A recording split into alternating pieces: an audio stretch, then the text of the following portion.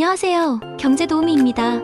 오늘은 경제용 모음 시간입니다. 자, 출발할까요? 기펜제 기펜굿즈. 기펜제는 가격이 상승할 때 오히려 수요가 증가하는 특이한 상품을 의미합니다. 이는 수요 법칙의 예외로 알려져 있습니다. 예를 들어 가격이 오를수록 생활필수품의 소비가 늘어나는 경우가 기펜제입니다. 기회비용 opportunity cost. 기회비용은 어떤 선택을 할 때 포기한 다른 선택의 가치를 의미합니다. 이는 경제적 의사결정에서 중요한 개념입니다. 예를 들어 휴가를 포기하고 일할 때 얻는 임금이 기회비용입니다. 긴급수입 제한 조치. 세피걸. 긴급수입 제한 조치는 국내 산업을 보호하기 위해 일시적으로 수입을 제한하는 조치입니다. 이는 급격한 수입 증가로 인한 피해를 방지합니다. 예를 들어 특정 품목의 수입이 급증할 때 관세를 인상하거나 수입량을 제한합니다. 긴축정책 austerity policy. 긴축정책은 정부가 재정 적자를 줄이기 위해 지출 축소하고 세금을 인상하는 정책입니다. 이는 재정 건전성을 유지하는 데 사용됩니다. 예를 들어 정부가 사회복지 예산을 줄이고 세금을 인상하는 것이 긴축정책입니다. 꼬리 위험 tail risk. 꼬리 위험은 발생 가능성은 낮지만 발생 시 큰 영향을 미치는 위험을 의미합니다. 이는 금융 리스크 관리에서 중요한 요소입니다.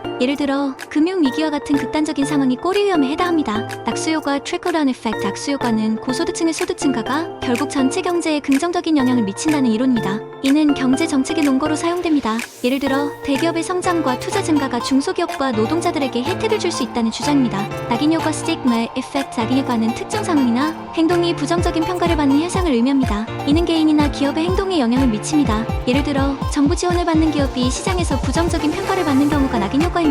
난해거래 off balance sheet transaction.